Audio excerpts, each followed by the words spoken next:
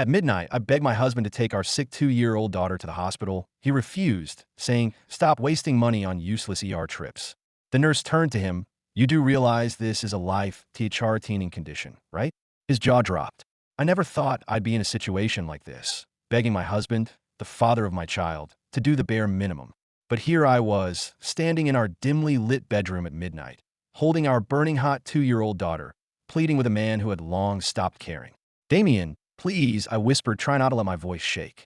"Something is wrong with her." Ava was limp in my arms, her tiny chest rising and falling far too fast. She was wheezing, her skin clammy despite the fever that made her feel like she was on fire. I had given her Tylenol hours ago, but it had done nothing. My gut was screaming at me. This wasn't normal. Damien groaned, rolling over in bed, barely cracking an eye open. "Jesus again? It's just a fever, Anna. Give her some medicine and put her back to sleep." I already did. My voice was sharp now, desperation clawing at my throat. "She's getting worse, Damien. Her breathing. Just listen to her." He sighed heavily, rubbing his hands over his face. "You're always overreacting. It's always something with you. A cough? ER trip? A little fever? Urgent care. Do you know how much that SHD costs?" I stared at him, barely believing what I was hearing. Ava let out a weak whimper against my chest, and I felt something in me snap. "I don't give a damn about the cost right now. Our daughter is struggling to breathe." He sat up then, glaring at me like I was the problem. "We are not spending hundreds of dollars just because you can't calm down. She's fine, Anna. Give her some time." I was shaking, partly from anger, partly from fear. Ava let out another ragged breath, and I felt a fresh wave of panic crash over me. I had no time for this. "If you're not taking her, I will." I turned on my heel, heading for the door. That's when he groaned and swung his legs out of bed. "For FCK's sake, Anna." "Fine. But when the doctor tells you it's just a cold, I don't want to hear it." I didn't even acknowledge him. I just grabbed Ava's blanket, wrapped her up, and rushed outside. The drive to the hospital was tense. Damien sat in the driver's seat, one hand gripping the wheel, the other rubbing his forehead like this was some unbearable burden on him. I sat in the back with Ava, holding her close, whispering to her, trying to soothe her. Her breaths were still fast and shallow, and every few minutes, she let out a soft, pitiful whimper. "She's just tired," Damien muttered, glancing at me through the rearview mirror. "She'll probably perk up by the time we get there, and then you'll feel SDPID for freaking out." I ignored him. My focus was entirely on Ava. When we pulled up to the ER, I practically ran inside, clutching her close. The moment the triage nurse saw us, her expression changed. "How long has she been breathing like this?" she asked, already reaching for a pulse oximeter. I swallowed hard. "A few hours. It started as a fever, but then she started breathing like this. Fast and shallow. She's really hot, and she's barely responsive." The nurse clipped the device to Ava's tiny finger, and within seconds, her expression darkened. "Her oxygen is dangerously low," she said, pressing a button on her desk. "We need a doctor now." Damien scoffed behind me. "Oh, come on." She was literally just talking in the car. The nurse turned to him, her eyes sharp. "You do realize this is a life-threatening condition, right?" For the first time, he looked genuinely caught off guard. His mouth opened slightly, like he wanted to argue, but no words came out. A nurse and a doctor rushed over with a stretcher, and suddenly, everything was happening too fast. They were taking Ava from me, laying her down, slipping an oxygen mask over her tiny face. I felt like I couldn't breathe myself. "Is she going to be okay?" I choked out.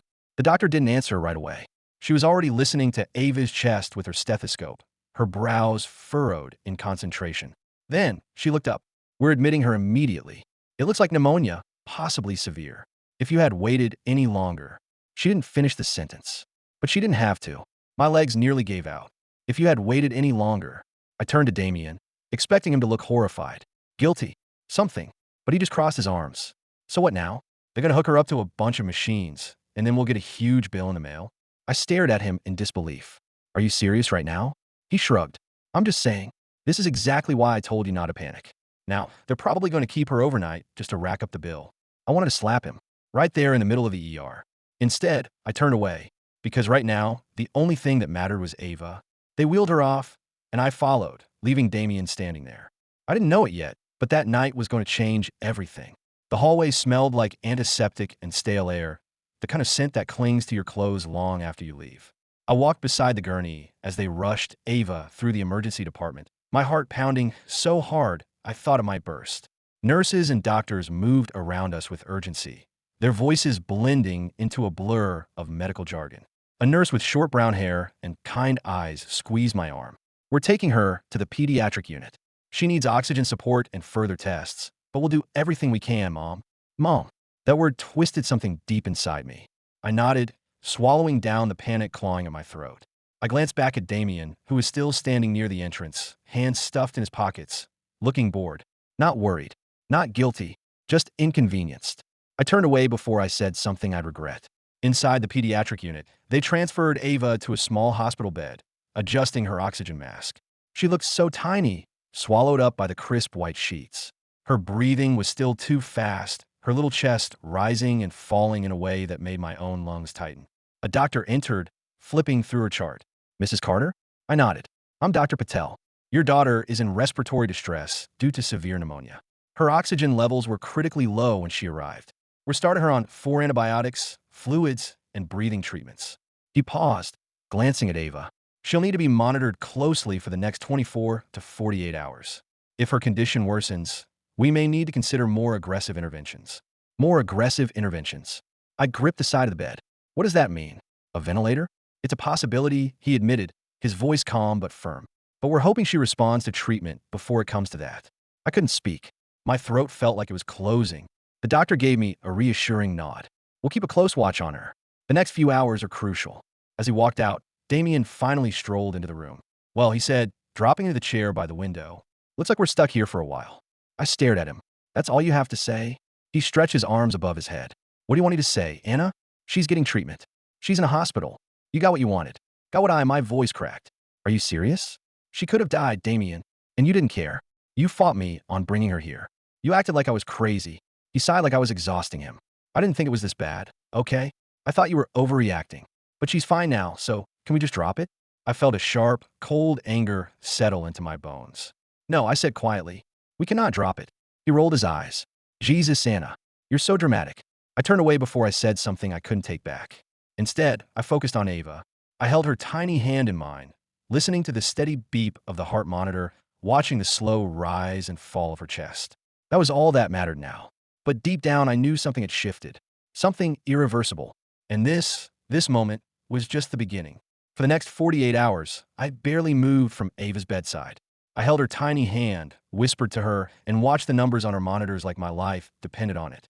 The doctors kept a close eye on her, adjusting her oxygen and medications, reassuring me that she was improving, slowly, but improving. Damien, on the other hand, was another story. After the first few hours, he got restless, complained about the stiff chairs, about the hospital food, about the fact that he couldn't get any real sleep. He spent most of his time scrolling through his phone, occasionally sighing loudly, as if he were the one suffering.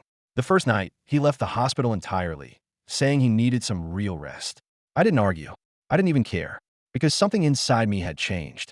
I sat in that hospital room, watching my baby fight for every breath, and I realized something terrifying. Damien was not a father. He was a man who happened to have a child. A real father would have been holding Ava's hand with me. A real father would have been pacing the floors, demanding updates from the doctors, kissing her forehead, whispering that she was strong and brave. Damien? He was counting down the minutes until he could leave. And I was counting down the minutes until I could leave him. On the third day, Ava finally turned a corner.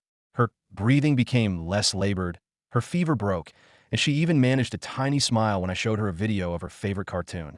The doctor confirmed that if she continued improving, she could go home in another day or two. Relief flooded me. But alongside it was something else, clarity. I knew what I had to do. That night, while Damien was dozing off in the chair beside me, I took his phone from his lap. He didn't even stir. He had a habit of using the same passcode for everything. And sure enough, it unlocked on the first try. I went straight to his banking app. The account balance stared back at me. Plenty of money. Plenty. For years, he had made me feel guilty about every expense. He refused to buy Ava new clothes, acted like her doctor visits were an unnecessary luxury, made me second-guess myself every time I spent $1 on something she needed, all while he was hoarding money for himself. I clicked through the transactions. Expensive dinners, bar tabs, a few hotel charges I knew weren't for work trips. A cold calm settled over me. I transferred a large sum of money into my personal account, enough to cover Ava's medical bills, our immediate expenses, and a cushion for what was coming next. Then I set his phone back down and let myself sleep for the first time in days. By the time Ava was discharged, I had everything in place. I had already spoken to a lawyer. A good one. One who had assured me that, given Damien's financial dishonesty and neglect, I had every right to protect myself and Ava. I had already started looking for a new place to live. And most importantly, I had proof. I had taken screenshots of his bank statements, his secret hotel visits, and the messages that I knew he thought he had deleted. So when we finally got home, I didn't waste any time. I waited until Damien was in the shower. Then I packed a bag for Ava and me, grabbed the documents I had been quietly collecting, and walked out the door. I left my wedding ring on the kitchen counter, right on top of the stack of financial records I had printed out.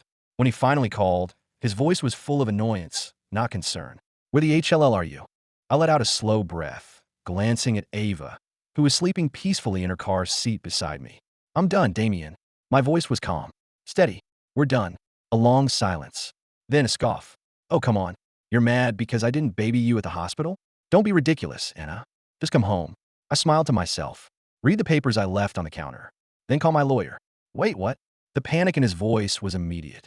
"What papers? What the HLL did you do?" I hung up, and for the first time in a long time, I felt free. The divorce was messy for him. For me, it was simple. With the evidence I had gathered, my lawyer made sure Ava and I got what we deserved. The judge took one look at his financial history, his neglect, his blatant disregard for our child's well-being, and granted me full custody. Damien fought. Of course he did. But in the end, all his money, his arrogance, his bluster, it meant nothing. The court saw through him, just like I finally had. I moved into a small but beautiful home with Ava. It wasn't fancy, but it was safe. Peaceful. Ours. Damien, from what I heard, struggled. He had always liked to play the big man, the guy who had control. But he lost everything that mattered. And me? I gained something priceless. Freedom. And the unshakable knowledge that I would never, ever let anyone make me feel small again. The first few weeks after the divorce were an adjustment. I had expected to feel overwhelmed, maybe even lost, but instead, I felt light. Like I had been carrying a heavy weight for years without realizing it. And now, finally, I could breathe again. Ava was recovering well. Her little laugh returned, and she started sleeping peacefully through the night again. That alone was enough to tell me I had made the right choice.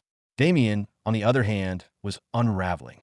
At first, he bombarded me with calls and texts, cycling between anger, guilt trips, and fake remorse. "You really think you can do this without me? You're ruining Ava's life. She needs her father. I'll fight you in court. You'll regret this, Anna." But after losing full custody and being ordered to pay child support, his tune changed. He stopped calling, stopped showing up. And honestly, that was fine by me. Ava deserved better than a father who only wanted her when it was convenient. Months later, I ran into Damien at the grocery store. I almost didn't recognize him at first. The man standing in front of me wasn't the same arrogant, put-together person I had once known. His clothes were wrinkled, his face unshaven. He looked tired. He spotted me near the produce aisle, and for a second, we just stared at each other. "Hey," he finally said, shoving his hands into his pockets. I glanced down at my cart, where Ava was sitting, happily munching on a cracker. She looked up at Damien with mild curiosity, but didn't reach for him. She barely remembered him. "Hey," I replied, my voice neutral. There was an awkward pause. Then, he let out a humorless laugh. "Guess you're doing fine without me." I didn't bother responding. He already knew the answer. He rubbed the back of his neck. "Look, I know I messed up. I wasn't a great husband, or a great dad." He sighed, shaking his head. I don't know. I thought things would turn out different." I met his gaze. So did I. And that was the truth. Once upon a time, I had loved him. I had believed in the family we were supposed to be. But love isn't enough when there's no respect, no trust. "You look happy," he said quietly. "I'm happy. And for the first time in years, I meant it." He nodded slowly, as if letting that truth settle in. Then, without another word, he turned and walked away. I watched him go, waiting for the ache, the regret, the sadness, the something. But all I felt was peace. Ava giggled, reaching for an apple from the cart. "Mama, home?" I smiled, brushing a strand of hair from her forehead. "Yeah, baby. Let's go home." And as I walked out of that store, hand in hand with my daughter, I knew we were finally free.